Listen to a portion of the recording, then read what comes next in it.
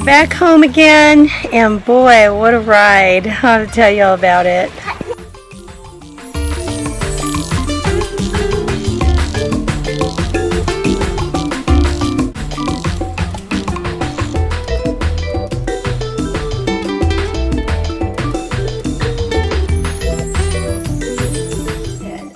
I am having a 2-point snack here.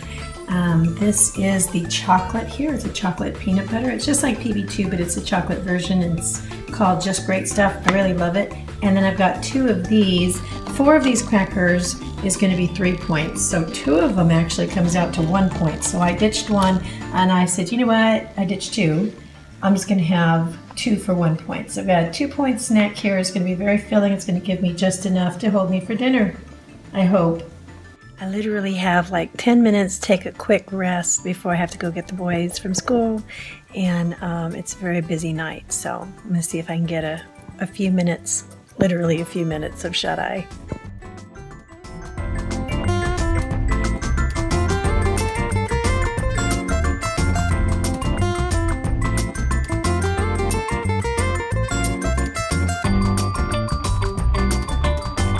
I am on my way home from Target because I needed to stop in and buy some snacks for a function of our 4-year-old has tonight. Tomorrow, our 5-year-old is graduating from kindergarten, and they have after the graduation, they have a dessert, kind of like a potluck, but it's all desserts.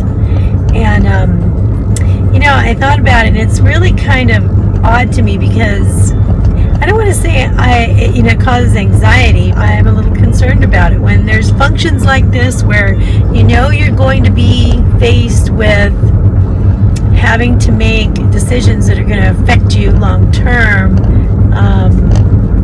Here I'm on this diet bet. I'm trying to stay focused, and I'm trying to, you know what I mean, keep my point. I don't even use most of my weeklies, you know what I mean, right now. I'm trying to really be as effective as possible. And I mean, usually if I'm going to use weeklies, it's going to be at the end of the week when I know my husband wants to go somewhere together, and I can use a few of those. But this is the middle of the week. Sorry about that. And I don't know, I feel like I have really no excuse to do that. And it was just Mother's Day last weekend, so I mean, I just don't, you know, I'm not ready for another celebration, I guess. And so I'm going to take, my first plan A here is to make a fruit salad. I'm going to make a real pretty berry salad, put some mint in it, it's going to be really nice. And I'll make like a plain cake on the side, like angel food or something like that. So if people want to put the berries on the cake, that'll be a really good idea, and I could just avoid the cake altogether and stick with the berries for 0 points. But I don't want to hurt anybody else's feelings for not tasting something that they're bringing as well. I'm going to make sure that I eat beforehand. This is part of the plan A, and then hopefully, you know, even if I have to put anything else on my plate, my plan B would be to try to make good conversation and push some things around on my plate so that it's not so obvious that I'm not eating that much of it, because I am going to count points for everything that I have, obviously, and I don't want to get off track. Another thing that I think I'll do is try to keep my points low, pretty low during the day, so that I don't have to worry too much about it, you know, in the evening for this social. But then there's another thing I could do. I could just tell people, well, which is the truth, I don't add a whole bunch of added sugars, so I'm watching my sugars, and I think they would probably respect that, and that would be okay. So that's plan C. So I'm really making a plan to stay focused, and I think that's really, really important to have a backup plan for stressful situations and situations that you know can put you into some sort of a, you know, if you're going to have some kind of a little crisis, and that's what it is that it is it's a moment of crisis is what it is, because you have to make this decision that's going to really impact your life. You got to have a plan B. If the B doesn't work, have a plan C. Think about it. Don't obsess about it, but just think about it. So I wanted to tell you a little bit more about my bike ride, which I'll do a little bit later because I'm almost home right now. And I have to actually eat dinner really fast, and then we're going to go. And here is my dinner, and I actually added also 1 tablespoon of the reduced fat blue cheese for flavor.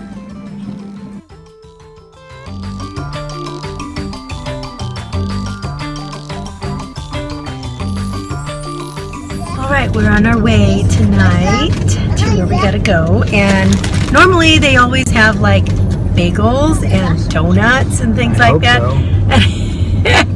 For me, that doesn't work. So I am taking this massive orange in here in this plastic bag, and if I do get the hungry strike me because I'm, smelling all that stuff, this natural sugar will calm that. So I'm ready and I'm prepared. And this is a 0 point snack, so I don't need it right now, but I am prepared.